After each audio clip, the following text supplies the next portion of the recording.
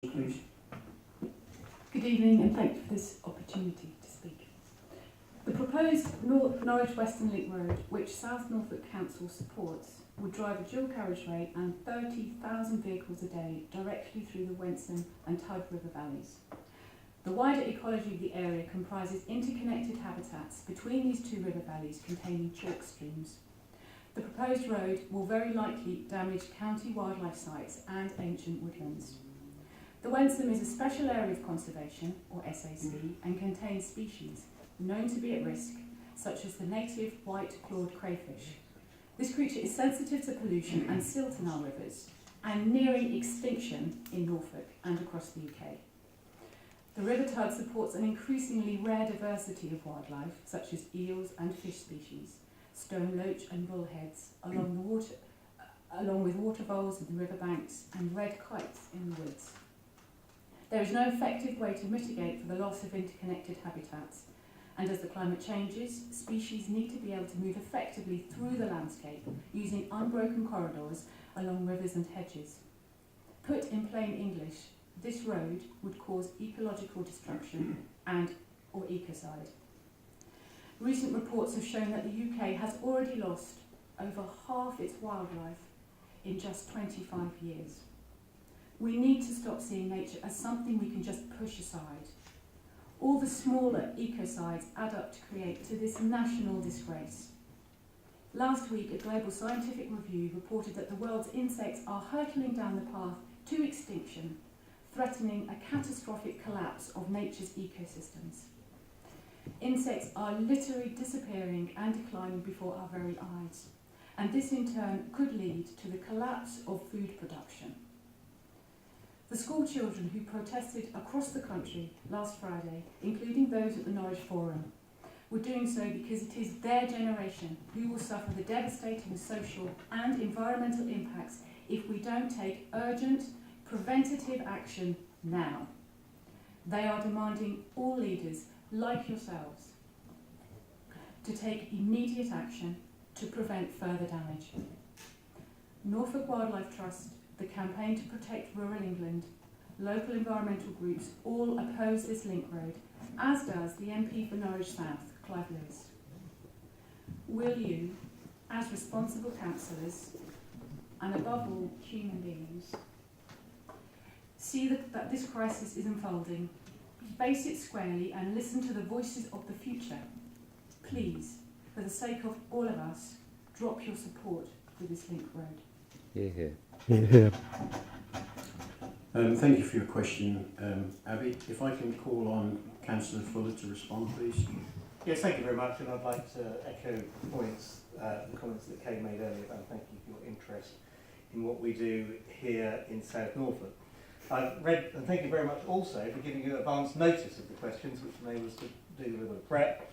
I think it's worth saying that thousands of vehicles already use that bit between Easton and the Fakenham Road. It's a rat run, cars running up the side of the verge, stop-start traffic, accidents, lots of skid marks on the road.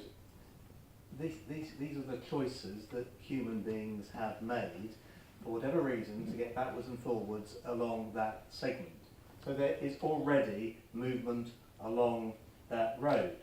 So I can see why the County Council, who is responsible for as the Highways Authority, has asked local authorities what to do about it. None of the 4 options that the County Council has floated as possibilities come within South Norfolk, but I'm not so small-minded to think that people in South Norfolk don't have a view on it. But I think we have to be realistic that the NDR has already removed 20,000 vehicles a day from the centre of Norwich. You can now get around a lot more easily in Norwich, so much so that the City Council has been able to close half the roads. But nevertheless, having reduced that amount of vehicles going through Norwich, there's less pollution, you can get around, there's more space for buses and cyclists, and there's cleaner air and fewer accidents. The NDR has been a force for good in the centre of Norwich. It's helped the economy and it's given people choices about how they live their lives, and I think that that is, the County Council is to be congratulated on that basis. But there is a gap, and I can understand why the County Council has asked which of the 4 options that are preferred. Ultimately, it will take the decision. But it seems to me that partly for the reasons you've given, Abie, that option D is the one that best suits residents of South Norfolk, in the sense that it minimises the amount of pollution, stop-start traffic and what have you.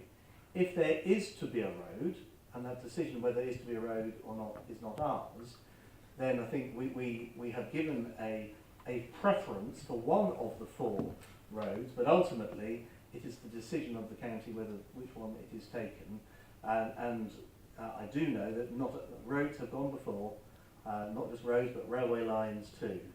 And there are mitigation measures that can be taken to account for all sorts of biodiversity and conditions, dare I say, extra costs involved. The trick is, do we get a road that is most suitable and optimises the needs of people to get around with minimising environmental impacts, commensurate with giving people choice, not just to go around Norwich, but saving the air, the accidents, the congestion and the economy within.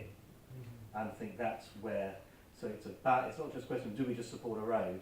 This is part of a Norwich area transportation strategy that balances all users, whether it be bus, car, bike or walking, to see that so everyone can get around best optimally without adversely affecting the environment and keeping the economy moving.